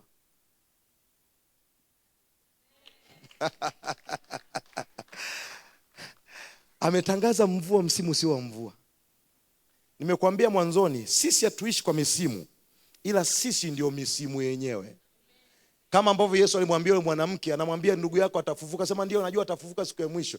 Yesu akamwambia mimi sihitaji siku ya mwisho, maana mimi ndio huo ufufuo na uzima. Kwa hiyo kama mimi ufufuo na uzima, siku ya mwisho nasubiri nini? Kama we ni msimu, unasubiri msimu wa nini? Pokea hiyo neema katika jina la mamlaka la Yesu. Twende nimalizie andiko hapa, namaliza. Anasema kasujudu, akainama mpaka magotini. Mstari wa 43 anasema kitu gani? Anasema mstari wa 43 anasema akamwambia mtumishi wake, kwea sasa utazame upande wa baharini. Akakwea akatazama na kusema, hakuna kitu. Kumbuka, na kufanyaje? Na kusema. Nilianza mwanzo na kufanyaje? Na kusema hakuna kitu. Anasema hakuna kitu, naye akanena. Kwa hiyo kuna anayesema na anayenena. Unajua, ukisoma Biblia haraka kuna mambo mengi sana una miss. Kuna maongezi na matamko. Kwa hiyo mtumishi anakuja na maongezi, Elisha anamjibu na tamko. Na ndio maana akanena. Nena ni mzizi wa neno.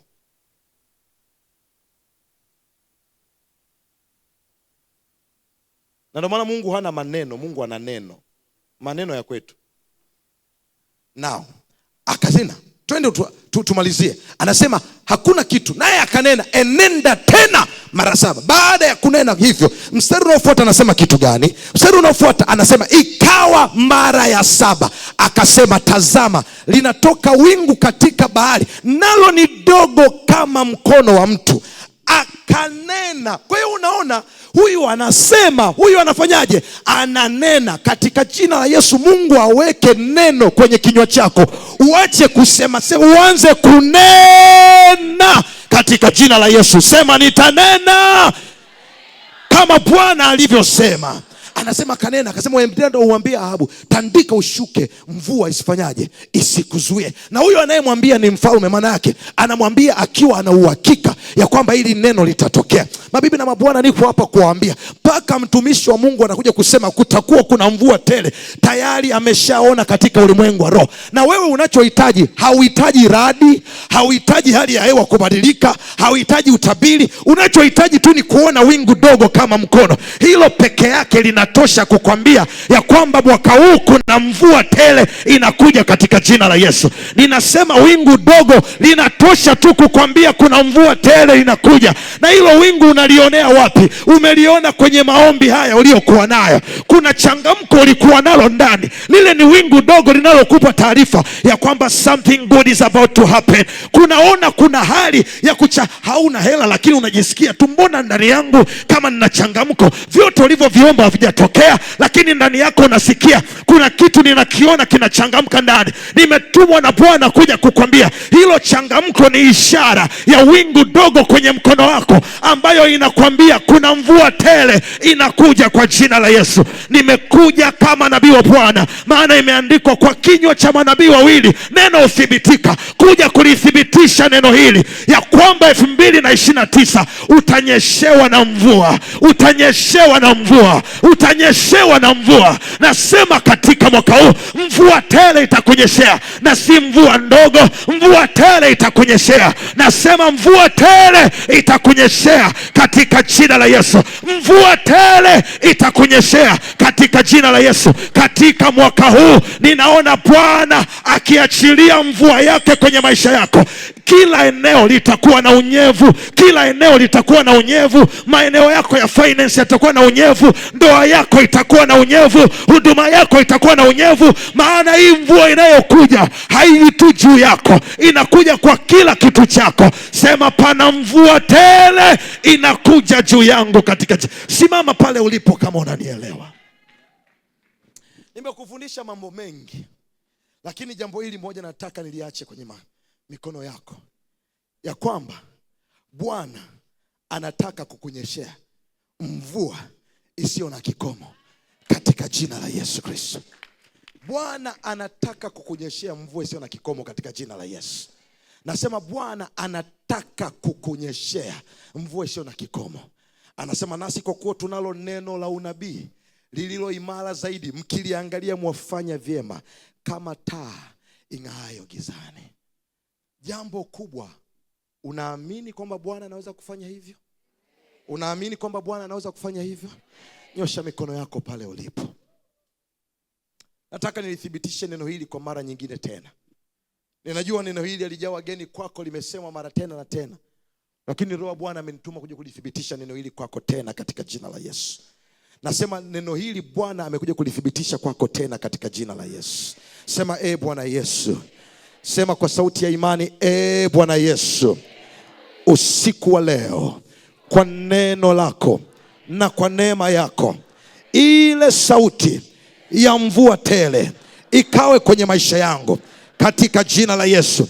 Sema kwa neno lako, ninapokea ile sauti ya mvua tele juu ya maisha yangu. Piga kelele, Yesu, Yesu, Yesu, Yesu. Neno hili litimizwe kwenye maisha yangu kwa jina la Yesu. Neno hili litimizwe kwenye maisha yangu kwa jina la Yesu. Ninakupa dakika moja, nenda jitamkie mwenyewe eneo ambalo unataka mvua inyeshe kwenye maisha yako. Nenda kwa dakika moja, paza sauti yako, inua mikono yako juu, paza sauti yako, mwambie Bwana Yesu, ninataka inyeshe, ninataka inyeshe, ninataka inyeshe, ninataka inyeshe. Ninatamka kwa jina la Yesu inyeshe, ninatamka kwa jina la Yesu inyeshe, ninatamka kwa jina la Yesu inyeshe, ninatamka kwa jina la Yesu inyeshe. Ninatamka juu yangu inyeshe, juu ya familia yangu inyeshe, kwa watoto wangu inyeshe, kwenye ndoa yangu inyeshe katika jina la Yesu Kristo. Ninatamka inyeshe katika jina la Yesu Kristo. Ninatamka inyeshe juu ya kila ninachokifanya katika jina la mamlaka la Yesu Kristo. Tamka kwa kinywa chako mwenyewe. Kuna matamko yametoka madhabahuni.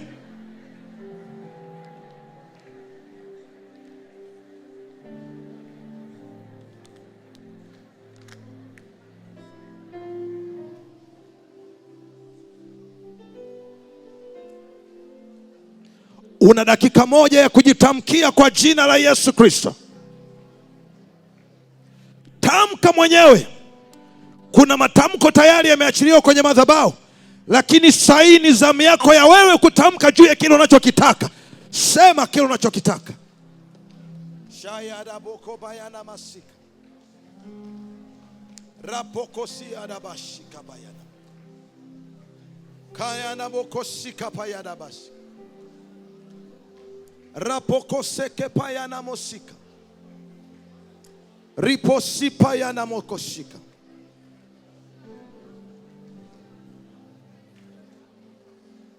Fungua malango ya mbingu inyeshe,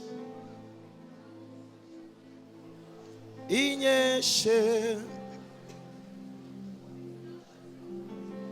Fungua malango ya mbingu inyeshe, inyeshe. Mwambie Bwana, fungua malango, fungua malango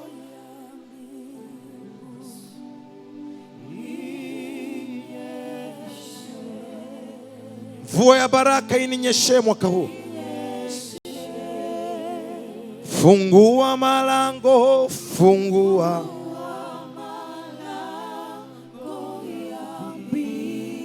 mwambie Bwana, inyeshe, inyeshe, inyeshe. Fungua malango ya mbingu Bwana, fungua malango ya mbingu Bwana, inyeshe. Come on, mwambie Bwana, usi wimbo, haya ni maombi. Fungua malango ya mbingu, fungua malango ya mbingu. It is raining now. Inyeshe kwenye maisha yangu. Come on, inyeshe kwenye maisha yangu. Fungua Bwana, Yesu, fungua malango, fungua malango ya mbingu inyeshe leo, inyeshe. Fungua malango, fungua malango ya mbingu inyeshe. Shayara posida bayana magashe. Yesu, nifungulie mbingu zako, fungua malango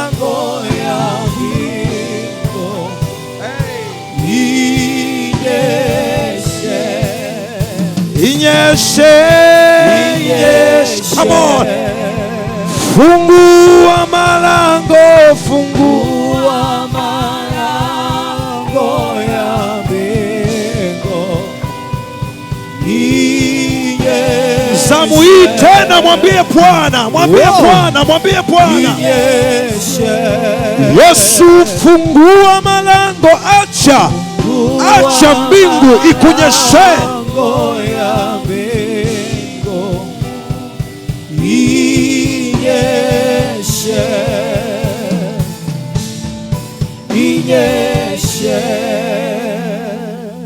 Ukiwa katika hali hiyo hiyo ya maombi, ukiwa katika hali hiyo hiyo ya imani, namna nyingine ambavyo tunalipokea neno la Bwana, tunalipokea kwa kujiunganisha na sadaka zetu. I want you to take your offering pale ulipo. Unasema, Bwana Yesu, nimelipokea neno hili na ninataka neno hili lifanyike kuwa halisi kwenye maisha yangu, na mimi nataka kuwa sehemu ya hichi ambacho Bwana umekitamka kwenye maisha yangu. Nataka tuchukua sadaka yako pale ulipo katika jina la Yesu Kristo, ili na wewe uwe sehemu ya kile ambacho Mungu anakifanya, ili na wewe uwe sehemu ya kile ambacho Mungu anataka ukifanya kwenye maisha yako katika jina la Yesu. Take your offering. Nataka chukua, kama sijui kuna bahasha, kama kuna bahasha unataka bahasha, na mimi nataka bahasha hapa mbele. Kama kuna bahasha unataka bahasha, nataka uconnect juu ya neema hii kile ambacho Mungu amekifanya kwa kujiunganisha kwa neno hili na kile ambacho Bwana amekifanya katika jina la mamlaka la Yesu. Moja kati ya njia ambayo tunapokea kile kitu Mungu alichosema ni kwa maombi, lakini namna ya pili tunapokea kitu Mungu alichokisema ni kwa kufanya kile ambacho Mungu amekisema kwenye maisha yetu kwa kutumia sadaka katika jina la mamlaka la Yesu. Neema ya Bwana na neno la Bwana liwe juu ya maisha yako katika jina la mamlaka la Yesu. Ninataka nitamke neno la baraka juu ya sadaka hiyo. Ninataka nitamke neno la baraka juu ya hiyo sadaka, juu ya kile ambacho Bwana amekuambia. Najua Mungu amesema na sisi toka session ya kwanza, amesema na sisi wakati wa uimbaji, amesema na sisi wakati mtumishi wake anasema, lakini sasa hivi pia Mungu amesema. Ninataka nitamke neno la baraka juu ya sadaka hiyo katika jina la Yesu. Ukishaichukua tu weka bahasha yako juu, nyosha bahasha yako juu, na nataka nitamkie hiyo bahasha katika jina la Yesu. Mungu akubariki mpaka kule nyuma. Mungu akubariki mpaka kule nyuma. Kuna wengine hawajapokea bahasha kule nyuma, nyosha mkono wa hudumu, nendeni mpaka kule nyuma. Mungu akubariki. Nataka tutamke neno juu ya neno hili ambalo Bwana amelisema, juu ya neno hili ambalo Bwana ameliachilia kwenye maisha yako, ili na wewe ukawe mshiriki wa kile ambacho Bwana amesema. Ninakusubiri kwa dakika moja. Nakusubiri kwa dakika moja. Nataka wote nyosha tu mkono wako juu. Nyosha mkono wako juu, ndio. Nyosha mkono wako juu. Nyosha mkono wako juu. Mungu akubariki. Nataka tutamke neno la maombi, na nataka tutamke neno la imani juu ya mvua ambayo Bwana ataiagiza kwenye maisha yako juu ya mwaka huu katika jina la Yesu. Kabla sija kutamkia, hebu nenda mbele za Bwana, itamke hiyo sadaka mwenyewe maneno yako. Kabla sijasema, tamka kile kitu ambacho nataka Bwana afanye kiambatanisho na hiyo sadaka. Mwambie Bwana Yesu, katika sadaka hii, katika neno hili uliloliachilia, ninaomba Bwana Yesu, kile ambacho ninafanya sifanyi kwa sababu wewe una uhitaji, lakini hii ni sehemu yangu ya imani ya kukubaliana na kile ulichokisema. Ninaamini Bwana ya kwamba kile ulichokisema ni amina na kweli, na kwa sadaka hii Bwana, pokea moyo wangu, pokea imani yangu, itakabali imani yangu na utakabali moyo wangu katika jina la mamlaka la Yesu Kristo. Sasa nyosha juu bahasha hiyo nikubariki. Baba, katika jina la Yesu, ninasimama kama mtumishi wako kwa watu hawa. Asante kwa ajili ya neema na kibali. Asante kwa ajili ya kuniruhusu kusema mwanzo wa mwaka juu ya maisha yao. Mungu, kama ambavyo umesema katika neno lako ya kwamba kutakuwa na sauti ya mvua tele, Mungu, ninaomba katika jina la Yesu, hii sauti ya mvua tele itathibitika na italoesha kila eneo kwenye maisha yao. Yesu, sadaka hii ni tendo la imani na kukubali kile ambacho umekifanya na kukubali kile ambacho umekisema. Tunapoileta mikononi mwako kama mtumishi wako, ninabariki katika jina la Yesu. Kazi zao zikanyeshewe, zikawe na unyevu kwa jina la Yesu. Ndoa zao zikanyeshewe, zikawe na unyevu kwa jina la Yesu. Watoto wao wakanyeshewe, wakawe na unyevu kwa jina la Yesu. Kila watakachokigusa mwaka huu kikanyeshewe na kikawe na unyevu katika jina la Yesu. Sadaka hii ikawe ni heshima na manukato mazuri kwako. Na Mungu, tunaibariki sadaka hii katika jina la Mungu Baba, Mwana, Roho Mtakatifu, na watu wa Mungu waseme amen and amen. Mungu akubariki. Nafikiri watumishi wa Mungu watatoa utaratibu. Naomba utatoa utaratibu wa namna ya kufanya. Mungu akubariki sana katika jina la Yesu Kristo. Amen.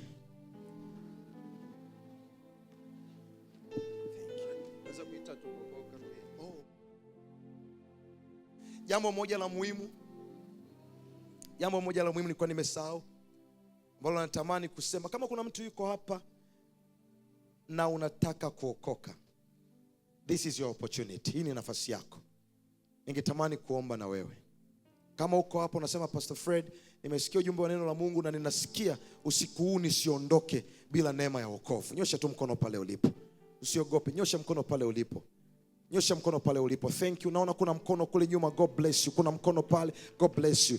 Kuna mkono pale. God bless you. Kuna mkono pale. Kuna mkono. Mungu akubariki sana. Asante. Nyosha mkono. Ole nyosha mkono, nyosha mkono. Ole nyosha mkono. Hebu kimbia hapa mbele haraka. Njoo hapa mbele haraka. Njoo hapa mbele haraka. Tafadhali wahudumu tuwasaidie. Mungu hawezi akaruhusu mkesha huu bila kuvuna nafsi hata moja kwa Bwana. Njoo kimbia, usiogope.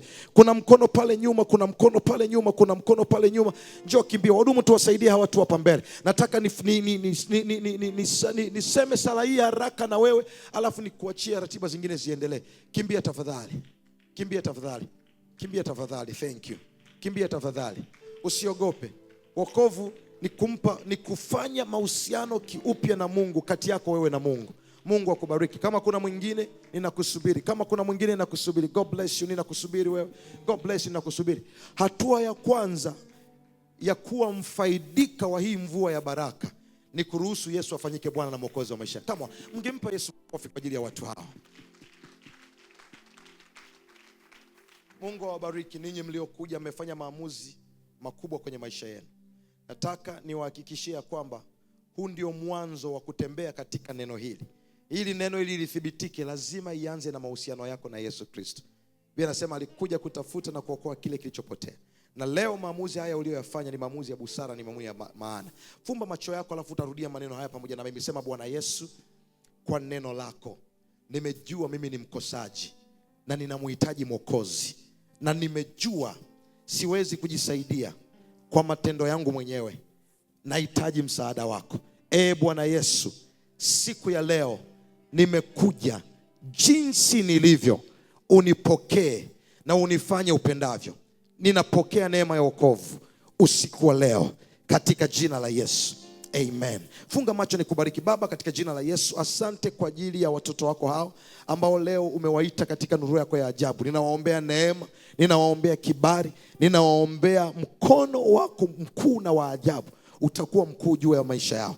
Mungu, ninaomba utawatunza katika neema hii. Chochote ambacho adui amekifanya sehemu ya maisha yao, leo nimewatoa na kumnyang'anya adui katika jina la mamlaka la Yesu. Ninaachilia baraka juu ya maisha yao, ninaachilia neema juu ya maisha yao, na ninaachilia uwezesho wa kimungu wa kushinda na kudumu katika neema hii katika jina la mamlaka la Yesu Kristo. Kuanzia leo wewe ni kiumbe kipya, ya kale yamepita na tazama yamekuwa mapya. Ninakubariki, ninaachilia mkono wa Bwana uwe juu yako katika jina la Yesu Kristo. Amen.